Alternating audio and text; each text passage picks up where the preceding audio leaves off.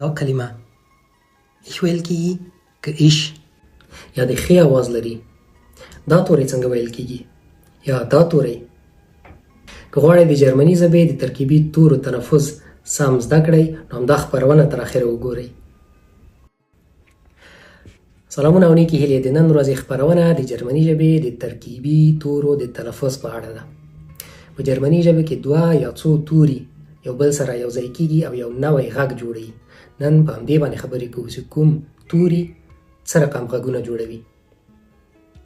لومړی ترکیب ده د ای او ای.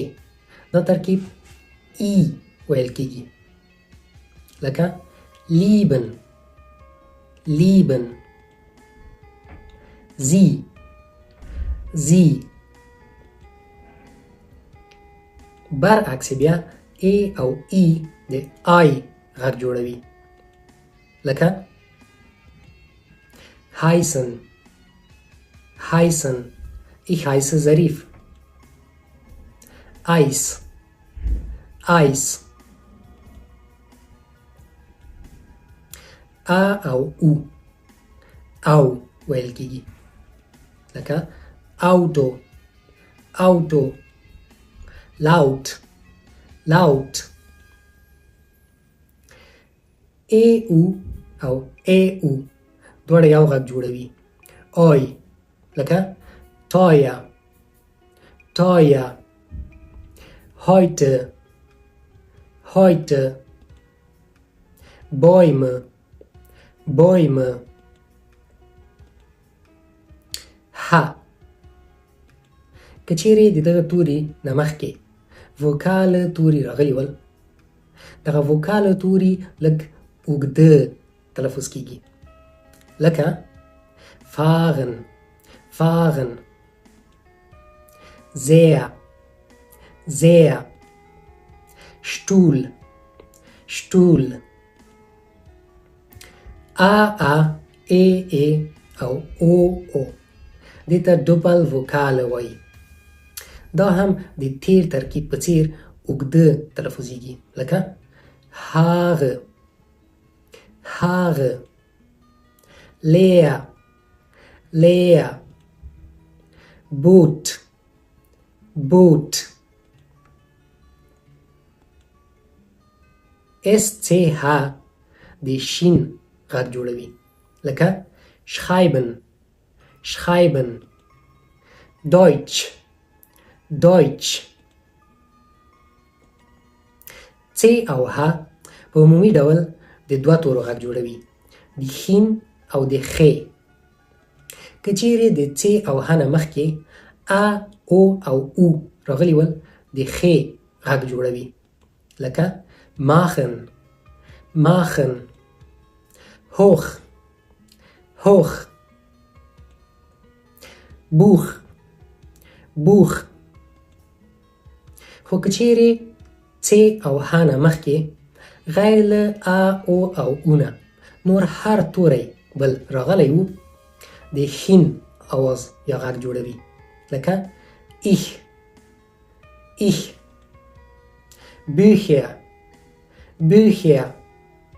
تاسې به حتما پام کړی وي چې د دغه توري په تلفظ کې ځینې خلک ستونزه لري، د ایش په ځای ایش وایي، خو سم تلفظ یې ایش دی.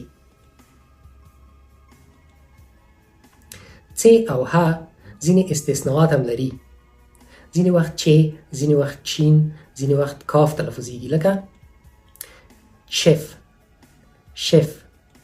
یا chicken، chicken. چی. یا sechs، sechs. که چیرې د C او ه نه وروسته د S توری راغلی وو هر کله د کاف آواز ورکوي. S او P د کلمو په سر کې شپ ویل کیږي لکه sprechen، sprechen. Beispiel، Beispiel. مونږ ویلې چې دا د کلمو په سر کې د شپ آواز ورکوي. دلته څنګه د شپ آواز ورکه؟ که تاسې پام کړی وي شپیل خپله په تنهایي باندې یوه کلمه ده او معنا لري. دا د همدې لپاره بایشپیل هم شپ تلفظیږي. همدارنګه اس ټ د کلمو په سر کې د شت غږ ورکوي لکه Straße Straße Aufstehen Aufstehen د هغه مخکې مثال په څیر باندې شتهن هم یو جلا کلمه ده چې خپل معنا لري د همدې لپاره aufstehen کلمه کې اس او ت د شت اواز لري اس او ت د کلمو په اخر کې بیا خپل عادي غږ لري لکه Obst Obst یا fast fast که د اس توری نه وروسته ا ای ای او او او راسي اس د ز غږ باسي لکه ذهن ذهن Sonne Sonne Rosa Rosa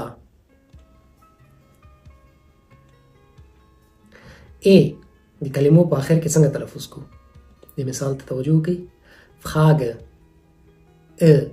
Frage Lampe Lampe په ځینو سیمو کې تاسو کېدای شئ داسې واورئ Frage Lampe AR د کلمو په آخر کې لږ ستونزمن ښکاري خو دا ډېر اسانه تلفظ لري Besser الف زر ا Besser Super په ځینو کلمو کې بیا استثناء ده لکه er او یا der ایږې دوه رقمه تلفظ کیږي ich او ik انتخاب ستاسو لاس کې ده زه چې ich وایي که ik وایي مثال 40 40 یا 40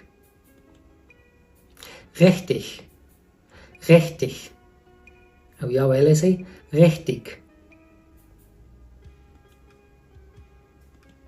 او بالاخره وروستی ترکیب T-E-O-N Tion ویل کیږي د مثال په ډول Station Station Position Position